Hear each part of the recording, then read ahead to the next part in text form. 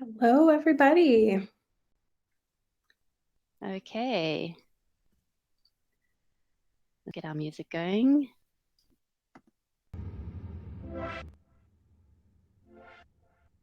19 people. I love the confetti. Yeah. If you don't know this platform, there is if you just click on the screen anywhere, you will throw confetti in the air. And there's some people have found the emojis. This is great. Amazing. And we've got 23 people so far. Right. So we'll probably start in a minute or two. We have a lot to get through today. And I've enabled Q&A for you as well. Great. Noelle, I think I'm gonna figure out how to leave the stage. Okay. And I'll leave you to it. Thank you, Kate. Hello, everybody. Oh, so happy you're here on this Thursday or Friday, depending on where you are in the world.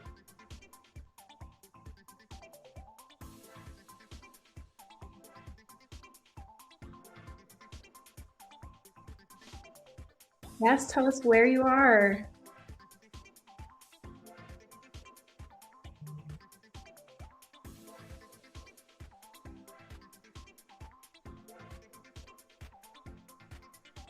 Okay, good spread.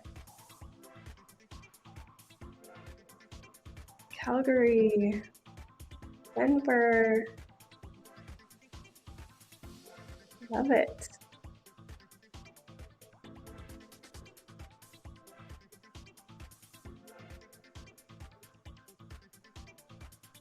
Well, wherever you are in the world, we are so happy you're here.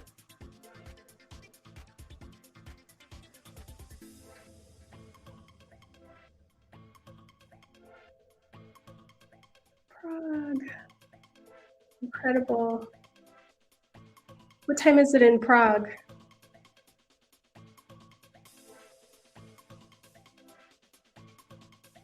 Oof. Oh my goodness. Thank you for being here so late. We appreciate you. Hey, Jamie.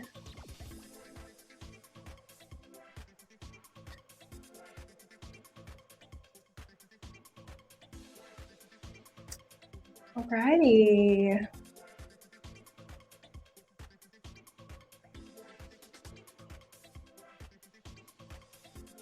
think maybe we'll get going here. 3 after. We have a busy day.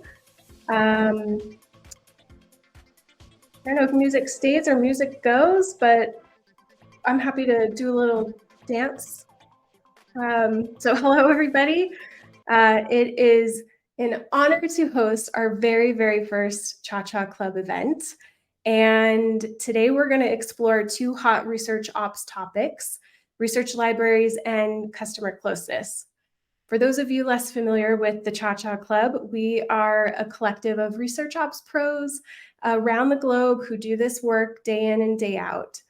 The club was founded 4 years ago by Kate Towsey when she saw a need for a space for full-time research ops people to talk about and commiserate with and share their knowledge with others in the field to a level of depth that didn't exist before. Cha-Cha stands for cheerleaders and chums, and it serves as a reminder that even if you're a research ops team of 1, you are not alone. We are a community that loves to come together to support each other and really just nerd out about research ops. So it's an incredibly exciting time to see our club evolve and grow with new members who are joining every day. So if you're interested in that, check out our website, chacha.club, where you can apply. And now we're getting to the point where we're sharing our knowledge more broadly and publicly in events like these. So we are thankful that you're here and you are a part of this. So hello, I'm Noelle Lamb. I've been in the research ops space close to 15 years, and which is forever. but I most recently led the practice as a research ops director at a New Zealand-based company called Xero. So I am here to MC our event today, and Kate is also here working hard behind the scenes to make sure this whole thing works. So some light housekeeping for you. For those Kate has already mentioned, but if you're new to hop in, you may have already discovered the emojis at the bottom of your browser, and at the bottom right, you will see a tab for Q&A and a tab for comments. And those are separate, but yeah, so if you have a question, pop over the Q&A if you can. You're muted and we can't see your faces in this session, so please use those features to engage with each other and our speakers. We really encourage it. There's also an option for closed captioning if you'd like to toggle that on. And finally, if you happen to run into the tech or you want to talk to somebody about bringing it onto your organization, definitely let Kate know. It's a pretty cool little platform. But before we get rolling, we have Basil here, who is the co-founder and CEO of User Interviews, who are sponsoring this great event, and they're making today possible. And also they sponsored the creation of our stunning new website, chacha.club. So Basil, over to you. Thank you. Hey everyone, I'm Basil. I'm the co-founder, CEO of User Interviews. Super excited to be partnering with the Cha-Cha Club. Awesome name as well, much better at naming things than we are, obviously. It's also super exciting to see this many research ops professionals in one event. When we first started, research ops didn't even exist. So it's kind of a rare opportunity to see a role in a department really go from scratch to what it is now, and hopefully continuing to grow over time. And the cool thing is seeing the camaraderie, the community you all have had as you're building this new function and new role from scratch. So I'm speaking because we're sponsoring, so I'll talk about User Interviews a little bit. We started User Interviews after me and my co-founder spent 1.5 years not talking to any users and building a terrible product. And then we were like, oh, we should do user research to figure out what's a real product we should do. And that, in a very meta way, led to us coming up with User Interviews. At the time, there was no research operations. It took a really long time to find people for studies, but everyone we talked to said they wanted to be more user-centric. They wanted to talk to more users. And it was just a matter of the time and the friction. So that's why we're around. We're trying to make it as easy as possible to do research, any type of research with whichever participants you want. We have 2 products. One is called Recruit. It's an audience of 3 million participants. And the differentiator is we can find really niche participants, really low fraud rate, really, really fast. So we usually find people in a couple hours, so you can actually talk to them that day. Our other product is when you want to do research with your own customers. We have a product called ResearchHub.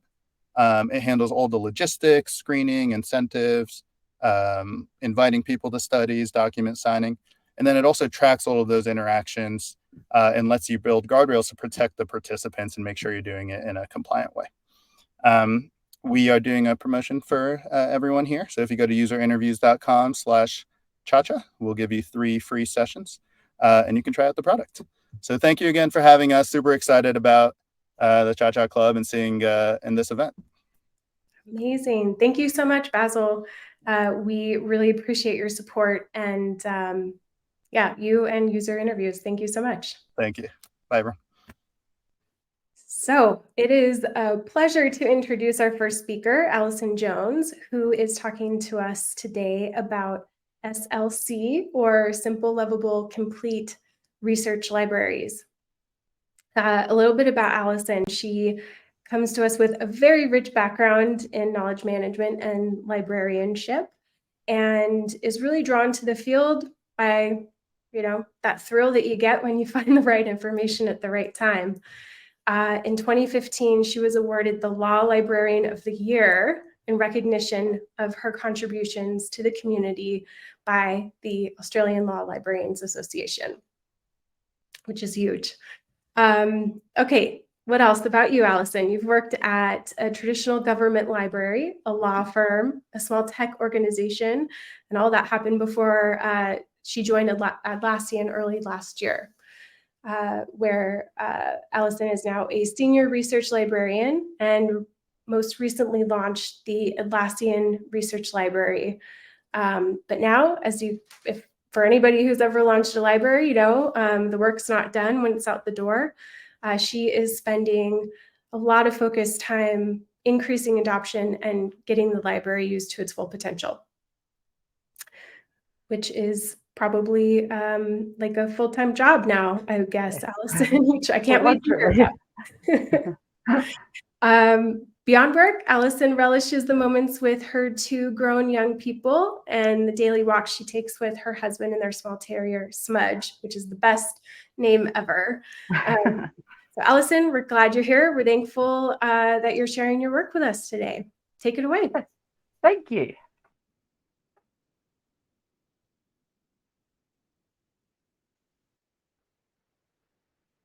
Fantastic. That's all working. Thank you so much, Noel. As someone living in a colonised country, I begin today by acknowledging the Ngunnawal people, traditional custodians of the land now known as Canberra, on which I live, and pay my respects to their elders past and present. I extend that respect to Aboriginal and Torres Strait Islander people and any Indigenous people from other countries attending today. I'm Alison Jones, Senior Research Librarian at Atlassian, who after 18 months with Atlassian is still astonished to be working as a librarian with a global tech company. My role is located in Atlassian's Research Operations team, which is part of the wider Research and Insights team. We recently launched the Atlassian Research Library, and today I'm going to talk about creating a simple, lovable, and complete library for research content. By the end of this session, you will understand why a research library is a vital tool for any research team and have some ideas on how you could begin to simply implement a library in a way that will scale with the availability of greater resources and expertise. I was first toying with the idea of presenting you with a minimal viable library, but instead settled on the concept of a simple, lovable, and complete library. As per this illustration, I chose the simple, lovable, complete approach because I want to provide you with ideas on how to set up a library which could be simply set up, maintained, and scaled, is loved by your users because it takes such a big leap for them in how they discover research content, and is complete in that it is immediately usable and useful. Before I launch into how to build a research library, what do I mean by research library? I've discovered that knowledge management terminology isn't yet agreed upon within the world of user research. For example, the terms research repository and research library tend to be used interchangeably. I use research library to mean a place where everyone in the organisation can find all research content. This includes, of course, the research reports, but also the raw data, research plans, shareback content, data dashboards, insights, and so forth. By contrast, a research repository is a place where raw data, such as recordings of interviews with participants, is securely held in compliance with government privacy regulations, and where the analysis of such data might take place. It's uncontroversial to say that research libraries are highly useful for any research team. I only have to look at the state of research content when I first arrived at Atlassian. It was scattered everywhere, in different teams, on different platforms, in different formats. Finding it was entirely by word of mouth, people finding someone who might know something about the research. Tracking down any research was time-consuming, always incomplete, reliant on faulty memories, and was very frustrating. I know this is not an experience unique to Atlassian. It is worthwhile creating a simple, lovable, complete library, if only for the reason of making your content, all your content, so much easier to find.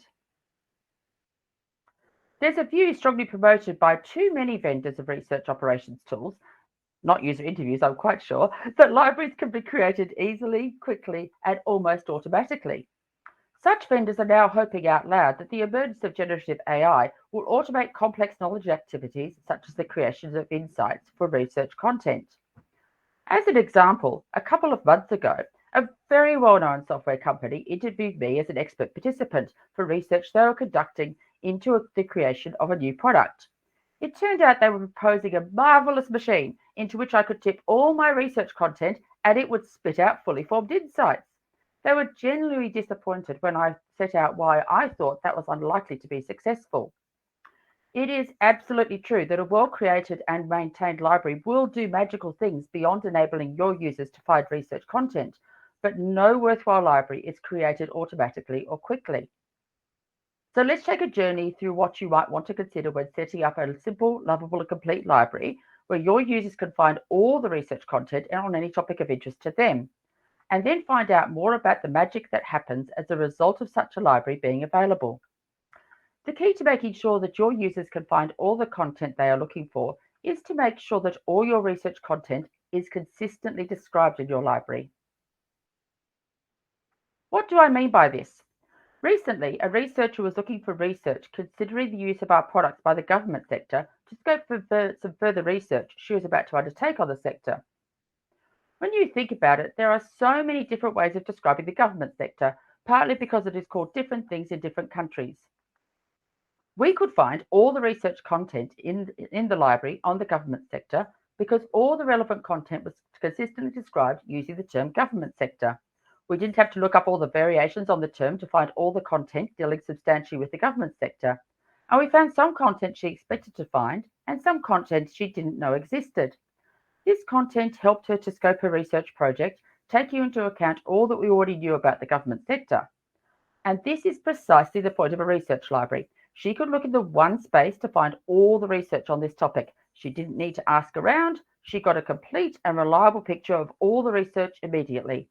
So easy, so reliable, and a massive time saving. Let's therefore take a deep dive into how we describe content consistently in a library. Consistent description is made up of two elements in a library. When we create a record in a library, the record is made up of a number of fields, such as the title, the author, and so forth. Creating the right fields to describe every record is the first element of consistent description. The second element is that we populate each of these fields using a consistent language, which we define for each field. Both of these elements combined make for a consistent language within a library. To go about this really only takes 2 steps. Firstly, what fields are you going to use to describe the content in your library? Here's the list of fields we use in the Atlassian Research Library. We came up with this list of fields by considering how our users were going to differentiate one piece of content from another. So some might want to find content by a specific author, some by one or more of our many products, some by a subject such as the customer journey. A good starting point for considering the fields you might want to use is the ReOp community's Minimal Viable Taxonomy project. And I see Emily's on the call this morning. Thank you, Emily, for your work on this, which so far has delivered a list of fields commonly used to describe research content. This should be taken as a guide only. We haven't used every field suggested by the Minimal Viable Taxonomy project. For example, we didn't use the suggested field sample size, as that's not an attribute of research that is especially relevant to our researchers and other Atlassians when finding research of interest to them. On the flip side, as Atlassian has a lot of different products, we included a product field in our library, which was not suggested by the Minimal Viable Taxonomy project, because users were highly likely to want content specific to one or more of these products. Now, there are lots of fields here, and you're probably wondering how on earth you could come up with all the right fields for your content. I don't think you immediately need to, and would strongly recommend that if you are running a library with limited resources, you start with just a few fields that are essential to you. If you were to start with just the publication date, title, author, abstract, and subject fields, that would be so much better than having nothing at all. Kicking off a library with just a few key fields makes the project much less daunting, and a simple library is, of course, way better than no library. Just keep in mind that when you add further fields at a later date, you will need to populate these fields for all applicable records, which could take time if you have hundreds, let alone thousands of records. Once you know what fields you are going to use, you need to know what terms you are going to consistently enter into each field and how you are going to put guardrails around ensuring that consistency. To show you what I mean by that, here's a mock-up of one record in the Atlassian Research Library. Because it's a mock-up, it may be a touch out of alignment. All the fields here contain consistent language, but how that consistency is expressed is different according to different types of fields. There's 3 different types of fields in relation to consistent language in this record. The first type is free text. All these fields vary according to the content being described. For example, every record has a different title and a different abstract. We keep these consistent by putting rules around the source of this free text. For example, the title must be the same as the name of the research report, and the abstract is the complete summary contained within the research report, reproduced in the abstract field. The second type of field is those where the language must be taken from a prescribed term list, which you create to define which terms can be used in each of these fields. For example, there's a term list of authors' names, a term list of the types of research, and a term list of the various Atlassian programs of work. Only terms on the term list can be used in these fields. You can include as many terms as are required from each of the term lists in a single record. So if you have 2 authors of research content, you would include both their names as recorded in the term list in the library record for that content. The term list can be added to when needed. For example, when a new researcher comes along, their name will obviously get added to the author term list. This keeps the terminology from all these fields consistent, and that definitely makes a difference. For example, say we had an author called Joseph Smith, commonly referred to as Joe Smith. We want to use an agreed term for his name. If we did not, some of his work would be found by searching for Joseph Smith and by searching for Joe Smith, but there would be no complete list available of all his work. By always using Joe Smith as defined in the author term list, we keep the language consistent very simply and can find all of Joe Smith's work. Here's a few examples of some term lists. Some, like product and author, are really straightforward to maintain. There is a clear finite range of options for these fields, and as we have seen, providing a term list achieves much greater consistency in language. A term list for something like the subject of research content is rather more difficult, and this example is definitely incomplete. In our subject field, we're trying to describe the essence of what the content is all about in a consistent manner. Here's some simple ideas for maintaining such a list. Choose the core subjects that differentiate one piece of content from another. You can see that in this short and greatly abbreviated example, I have chosen 3 broad subjects: the customer's experience of the product, the customer journey, and product features. I have listed relevant terms for these broad topics. In this short example, this list of these terms is incomplete, but even a very limited list like this would help your end users enormously. For example, with this subject list applied to research content, they can find all the research about customer satisfaction with the onboarding process onto the automation features of your product.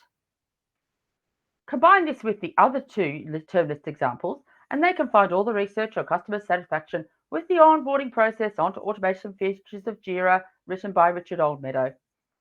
As you develop the library, you will need to add more terms to the term list as new content arises and new terms become important to your organization.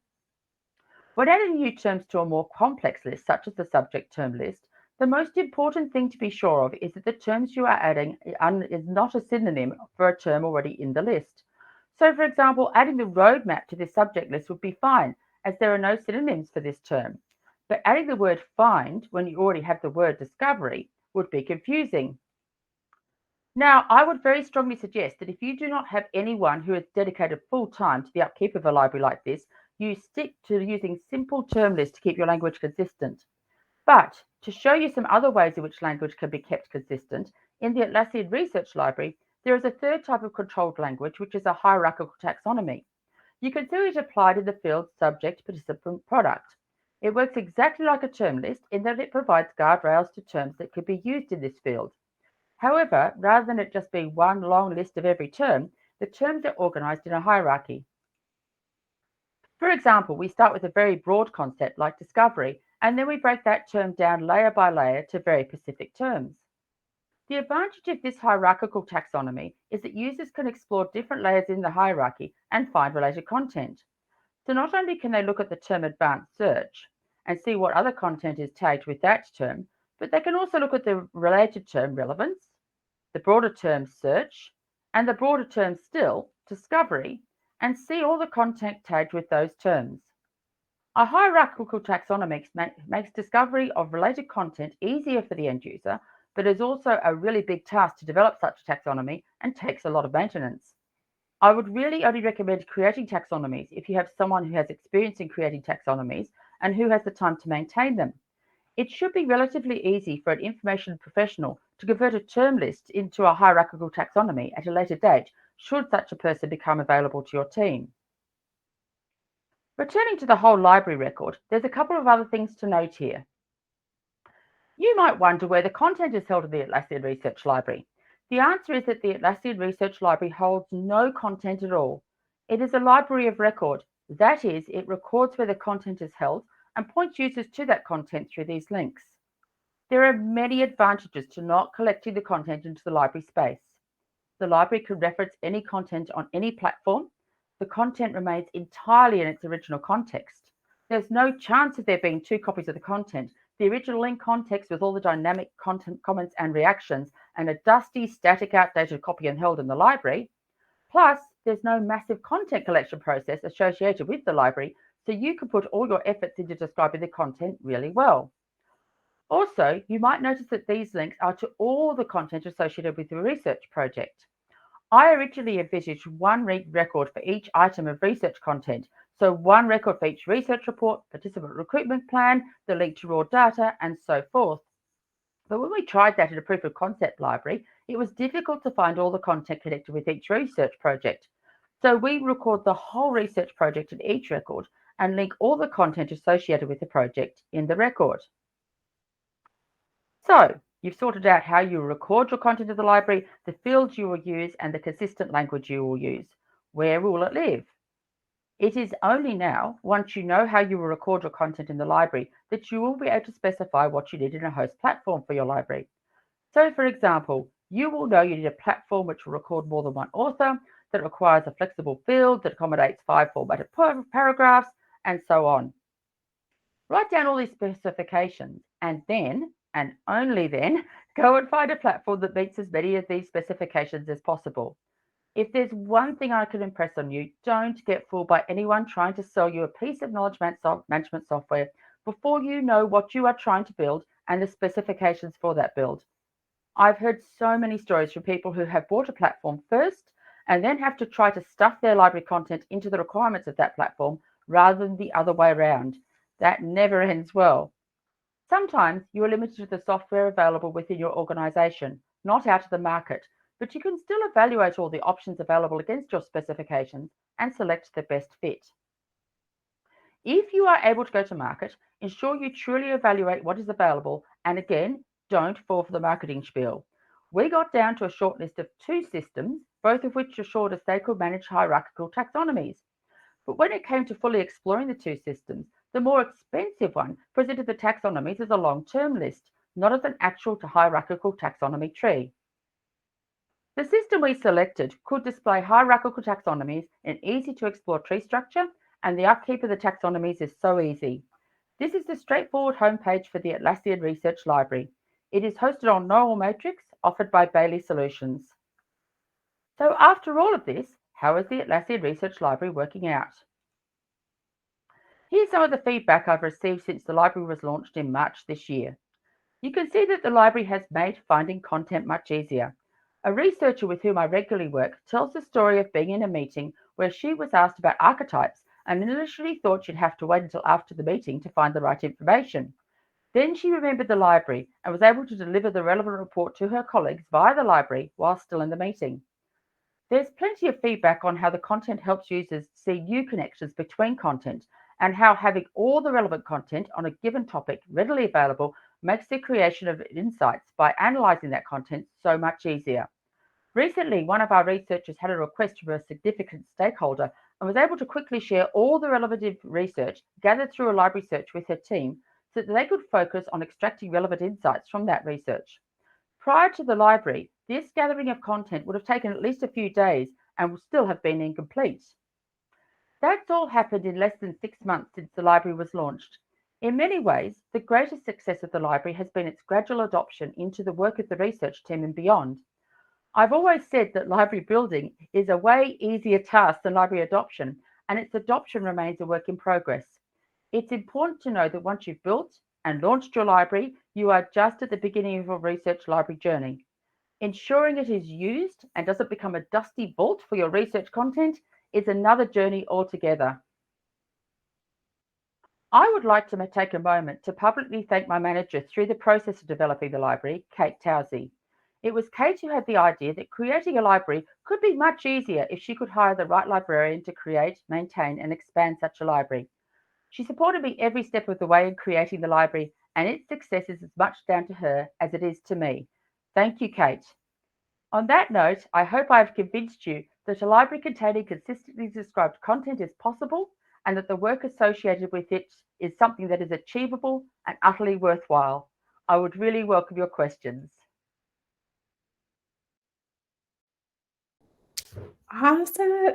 Thank you so much, Alison. It feels really, really good to go deep on terms and pick up some tips from what you've learned over the years. So thank you so much. I think we do have time for a question.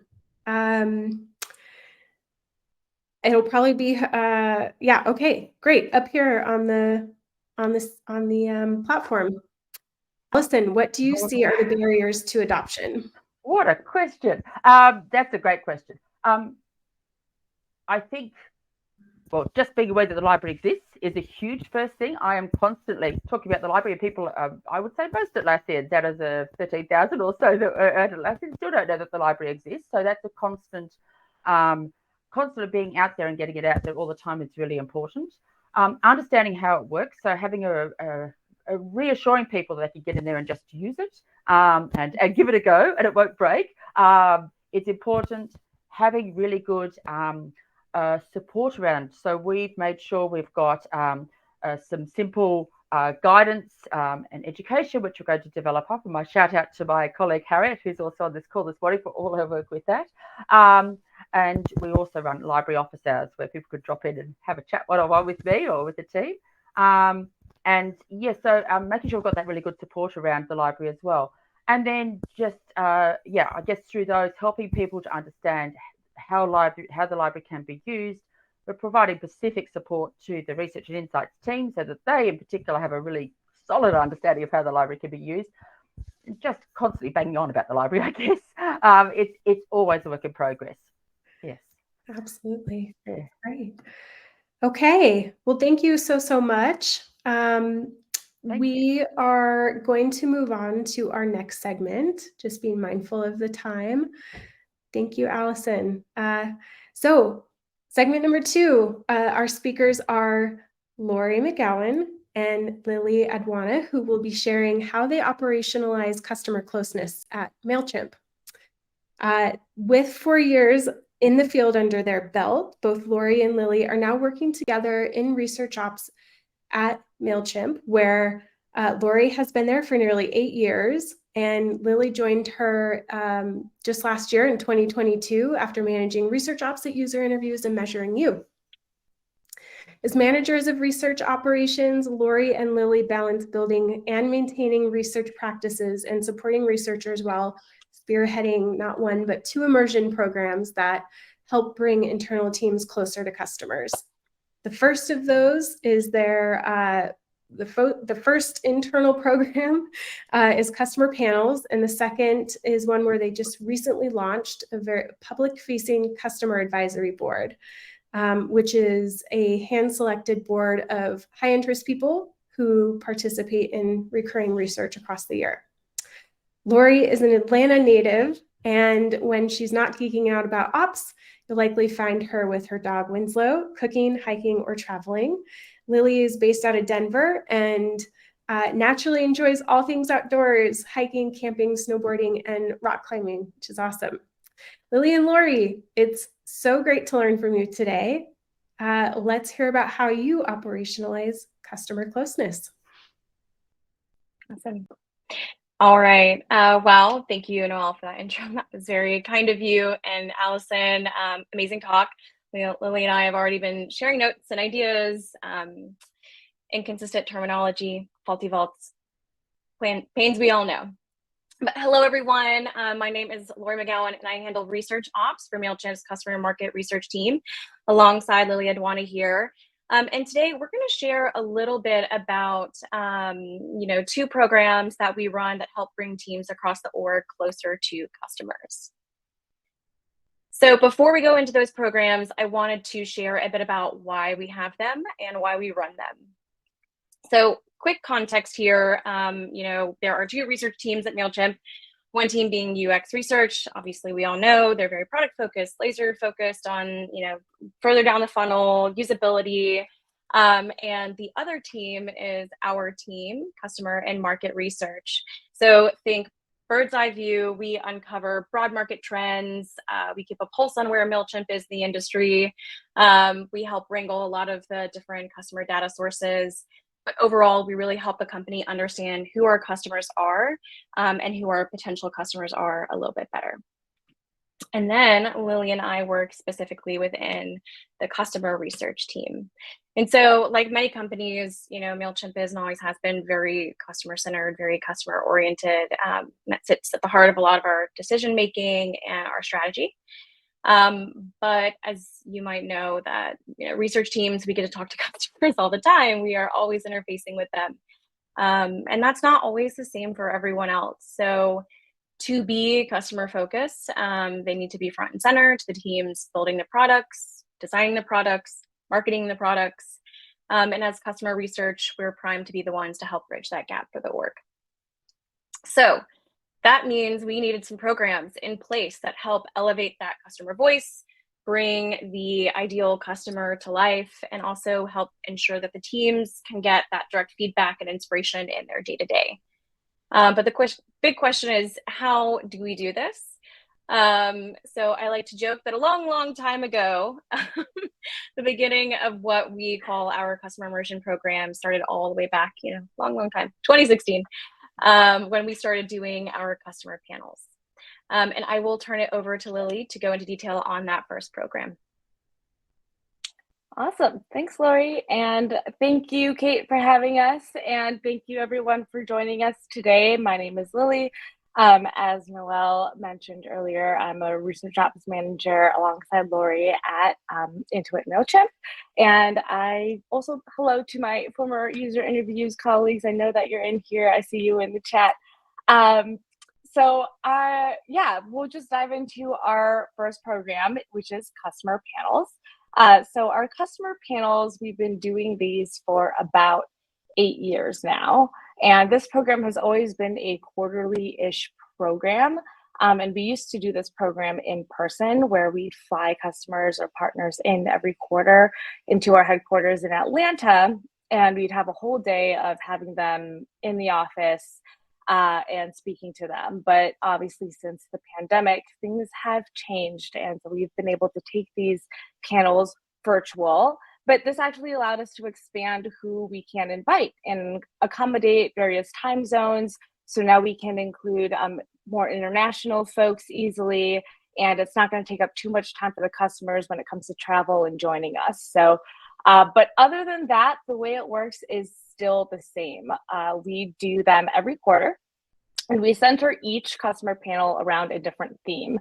So for example, it could be challenges with a marketing channel, like with SMS, or if we want to learn more about subscription-based e-commerce businesses, or if we have a new onboarding program and we want to learn about people who just went through it. We're always focusing on a strategically important topic that is central to the company at that moment.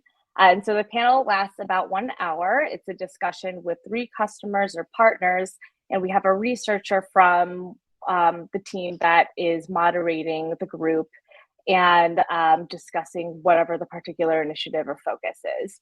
And then they're done virtually over Zoom. So we're eyeing other platforms, and we're definitely going to be looking at Hopin because this is super fun. And we broadcast them live internally across the entire company, and we can have about 100 to 250 people viewing live, and our CEO is always in there. These panels, they get seen by leaders at the company, across the wider company, and then we also have them recorded so that people can view them later if they can't make it. And when it comes to recruiting for this panel, because as with ResearchOps, recruiting is always in play, we need to make sure that we can recruit a group of people who can speak to whatever the topic is being discussed, but they can also speak to their marketing goals because that's what our product is serving, and their challenges, their strategy. or at least with using the MailChimp platform in our case, such as like their email marketing strategy. And then also we want to know how they're using the product. So we do look at like what type of use cases they have when they're using the product. And then on top of that, we need to find people who are comfortable speaking in front of large audiences and other companies. I mean, this is going across our own company, and there's about 100 to 250 people that attend. So there's that. And then there's also 2 to 3 other companies that are joining for the panel. So they're also going to be tuning in and involved in the discussion. And there are people that work in a similar industry or field. So there's a lot of parts in play when it comes to the recruitment and finding the right people to include on the panel. It requires a lot of coordination, a lot of collaboration across research teams, across different departments in the company. For us, it's been helpful to tap into other departments to see who's engaged with customers or our partners previously, to find referrals on who would be a great fit, to talk about the topic being discussed. Usually, we can find a trusted panelist on our customer advisory board, which is another program that Lori here leads. Awesome. Thanks, Lily. Yes, so panels have been a success for our company for a very long time. But back in 2018, we started noodling on a new program that would allow us to go a little bit deeper with a core group of customers. So in 2022, our customer advisory board was born. And so the origins of what, and I will call it CAB, because saying that over and over is a lot. So when the origins for CAB really started kind of when we, saw that we had a lot of different teams engaging with a core group of target users. They were using different methods. Maybe it was one-time panels, maybe it was beta tests, maybe they were doing case studies, you name it. And they were doing this sort of at different cadences, which meant we were really tapping them for multiple and sometimes similar opportunities. We were creating a disjointed experience for our customers. And it caused us to also miss closing the feedback loop with them. And this is where we let them know what we do as a result of engaging with them. So we created CAB. And CAB is a hand-selected community of high value and high interest customers and partners. And they participate in recurring research across the year. So they're in this program from January to about November. The makeup is pretty diverse, but we do focus on, our key target segments for that fiscal year. We focus on markets of interest. We try and make sure we're identifying industries of interest, but we also want to make sure that we keep a variety of voices on the board. So it includes a variety of roles, demographics. We want a wide array of experiences and expertise, and so on. But I will say, since doing CAB, what we've really been able to do is stay close to these key customers for deeper insights. We've been able to create that seamless experience of engaging with them over time. And we've also gotten the opportunity to share about how and when we leverage their insights back with them. So you might be asking, all right, there's a lot going on here. You've got typical qual work, you have customer panels, now you're introducing a customer advisory board. So what is the difference between all of these? So on that note, I will turn it over to Lily to share how we put these programs into perspective and how we see those programs fitting together today. Okay, so technically we have 3 programs at MailChimp to bring customers front and center, being qualitative interviews, customer panels, and customer advisory board, or as we like to call it, CAB. These programs are all different, and they all address our mission to stay customer focused, to help close the feedback loop, and they help us to scale up impact on the research insights that our research team delivers.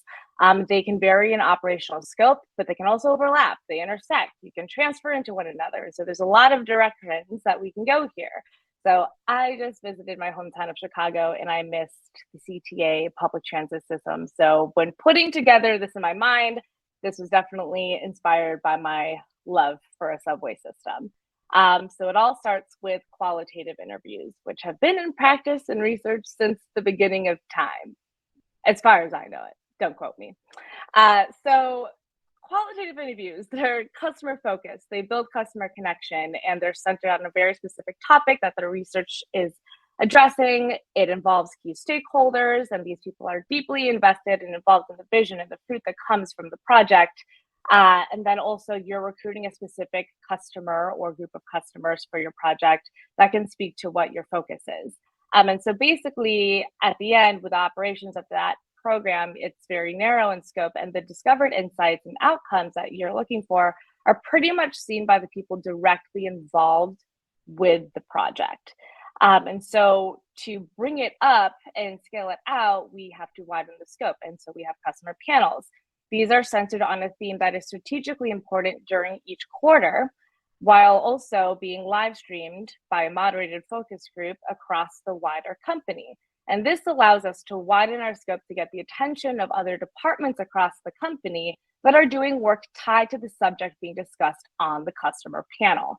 And so we recruit a targeted group of customers to hear feedback about the specific challenges that we're addressing, and they're sharing diverse perspectives on the topic, which can be tied to targeted outcomes that maybe have also been addressed in a qualitative interview, and they can inspire solutions for other things that teammates are working on across the company, or it can trigger actions for others to dive deeper into that customer feedback by trying to reach out to them, to talk to them one-on-one, or other people on their team. Or maybe they want to go and find more existing research on that topic because it's been live streamed across the company. Now they know that there's work being done and investigated into that topic. So at the end of the day, the wider company is now hearing live feedback directly from your customers, and your customers are also now having this deeper connection that brings them closer to your company because they just met with a researcher and about 100 to 150, 250 other people at your company. Yeah. So then to bring it all together, we have Customer Advisory Board, our mothership. It ties all of these programs together. This program evolves with the company's annual input goals. We are basically building this program around those input goals, and the research activities from this program can be tied to strategic themes that are being discussed every quarter.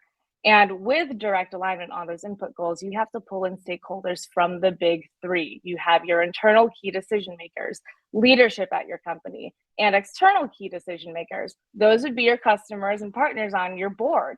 And the program recruits a board of customers and partners. They're committing to participate in research activities for a full year.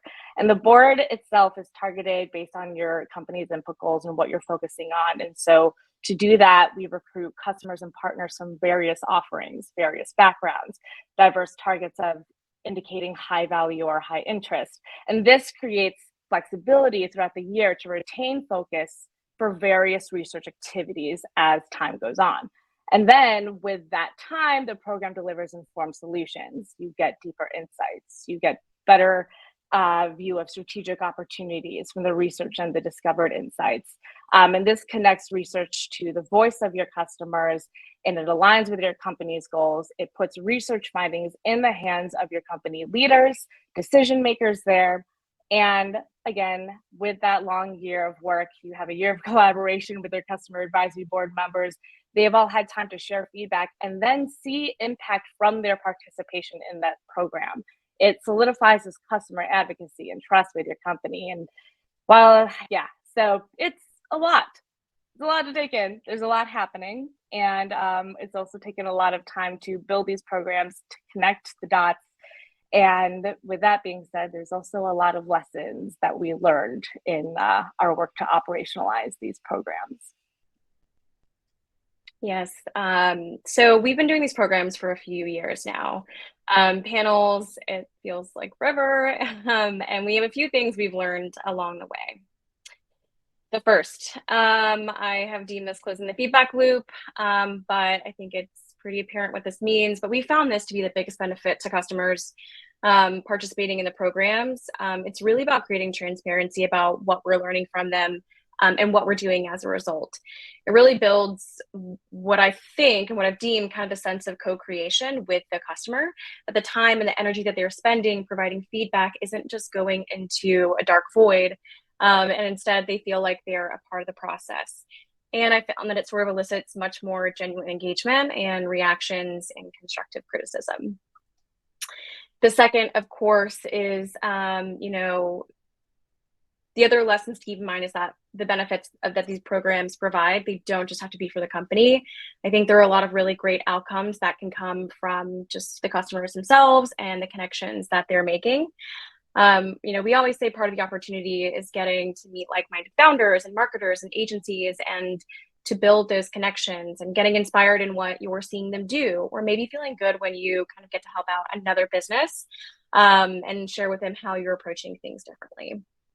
So it's been really good to see the conversations happening between MailChimp and customers, but also between the customers themselves. Next, it's easy for these programs to appeal to design and research-based teams. We love to hear from the customers, but you do have to go the extra mile and market those benefits that your program can provide to the various teams across the company. That's not easy. But it really does help encourage them to engage, to ask questions, to be involved. And it's definitely constant work, but it's worth it. I think making sure that they're looped in and you get that fresh perspective. They might take something away from an interview or maybe a CAB meetup that we had or a customer panel that we had that we didn't take away. Or maybe they are asking a question that we didn't think to ask. So a lot of things that can come from just trying your best to pull in those outside teams. Next, easy, huh? No, but it is important for the impact your program can have across the org. I like to say that leadership is your megaphone to other teams getting clear communication on what your program is and why it's useful. So I say do your best to bring in leadership early and often and make sure that they continue to understand the value your program brings, who's involved, and what impact it's having. Next, a big topic, virtual or in person, I think really depends on the program and its goals. With panels, they're more specific. They're a little more in the moment and a one-time event of getting customers together and the company to hear from these customers. It doesn't really need to be in person. But with CAB, we really want to foster a community. So we want them to feel close to MailChimp and each other. And we know they're going to be with us over the year. So it's really important to kickstart that relationship and get them in person is a really great way to start achieving that. Of course, again, with panels, who we invite, it really, it tends to be specific to a theme, what we're focused on that quarter, that month. So we do get diversity in panelists across business geographics, locations, offerings, but they still need to use a specific feature or speak to a specific theme or maybe be a target customer for us that time. However, with CAB, given it's a year-long commitment, we want to go as diverse as possible, because who we might want to talk to or, about what will change based on the company and what they're focused on. And, but at the same time, we still aim to make sure that we're focusing on key markets, key customers, but keeping it broad enough that we can shift with the company as needed. So it's as Lily was sharing, it's a tricky recruit. It's not easy, but we found it's really been a great way to kind of shift with the company over the year and keep those long-term insights. So that wraps our session on customer immersion programs and what we've learned through doing these programs and hosting them. So I will pause now. I think Noelle was moderating the chat and the Q&A. Yes, thank you, Lily and Lori. That was fantastic. Your visuals were stunning, and I think that subway map is going to stick in people's heads for a while. Bravo. We do have time for a question or two. First up is from Kyle. For the customer panels, how do you determine who to invite? Is that a company-wide calendar event, or do you target your events based on topic and send out invites that way? How does that work? Yeah, great question. So the panels are company-wide. We do a lot of work with our internal comms team to help socialize in different ways, whether it's sending out company-wide emails, posting in Slack. We do a lot to sort of rev up those talks months in advance. But no, the whole company is welcome to join. We do our best also to work with different teams and different department heads to help socialize to the teams that are underneath them and kind of get that out to everyone. But yeah, no, company-wide. Great. Kate, I think we have time for one more. Ooh, from Melissa, who is curious about incentivizing the customers who participate here. What do you offer them? Yeah, so it does, obviously it varies. I think there's a lot more time commitment and effort when it comes to CAB. So we do offer them following our company's guidelines for typical research. But when it comes to the in-person event, of course, we don't want them to pay to have to come see us, to come do this thing. So we do cover their airfare and travel. And similarly with panels, we just cover normal research incentive guidance for that, but it's just 1 hour. So it's pretty similar to qual in terms of incentivization. Okay, great. Kate, maybe one more if there's a... Ooh, excellent question. Yeah. When you track impact, do you add any metrics to highlight the impact of what your programs are doing? Yeah, fun tracking impact. I think it's been a common question in every ResearchOps talk I've done, and no one's had a clear answer, and neither do I. I am in the weeds of what most research is coming out. I am constantly keeping tabs of if someone's referencing, hearing something from our CAB or our panels, if it's used in a study, if it's, the reason that we decide to move forward with a product, or maybe halt and do a little bit more question and discovery there. So, no clear answer for that. We're still working on it. It's a hard one. But Yeah. I will say one thing we do kind of focus on tracking is also not just the company and how they're using those insights, but what is it doing with the customer? Are they using more features? Are they, staying with the product? Are they getting in there more? Are they asking more questions? Are they going to support? Are their product features used increasing? So I also like to look at it from a team perspective and who's able to use the insights, but also from a customer health perspective. Are we encouraging them to use more features and get a little bit more into the weeds of that? So that's excellent. Wonderful. Good for review time. Okay, one more. Last one. How many customers participate in the panels program? We have 3 that participate, hopefully. Usually 3, though. We'll aim to recruit 3, and as we know with recruitment, sometimes there are no-shows, so sometimes it's 2, but usually it's about 3 people. And then including the moderator, then it's a total of 4. Gotcha. And how big is the pool that you are drawing from? Is it all of the customers in the research program? It varies. We basically pull from customers and partners across the company that we think could qualify for the panel. Once the topic of discussion is set and decided, then we start doing like a thorough vetting process based on, what data can we pull that can show usage that matches what we're looking to investigate and discuss. And then we vet the customers based on like who might be interested, looking into different kinds of backgrounds, like will this be representative? Do we need to pull in more from different spaces? And so it takes a lot of rigor going through and deciding who's going to be the best fit. And then when we do invite them, we do set up like a meeting call to give them the full run of show of like what's going to happen, because it can be surprising to just be inviting someone over email. They hop into a webinar and there's like 250 people Yeah, I bet. watching them. So. Fantastic. Okay, well, thank you so much. Appreciate it. We are going to say a couple words and then we'll get everybody out of here on time. So thank you, everybody.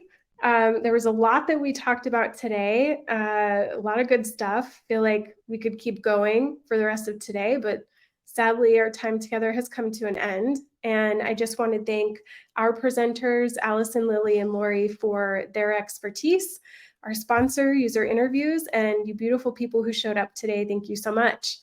If you liked what you heard, we'll be arranging these events each quarter and would love to see you again.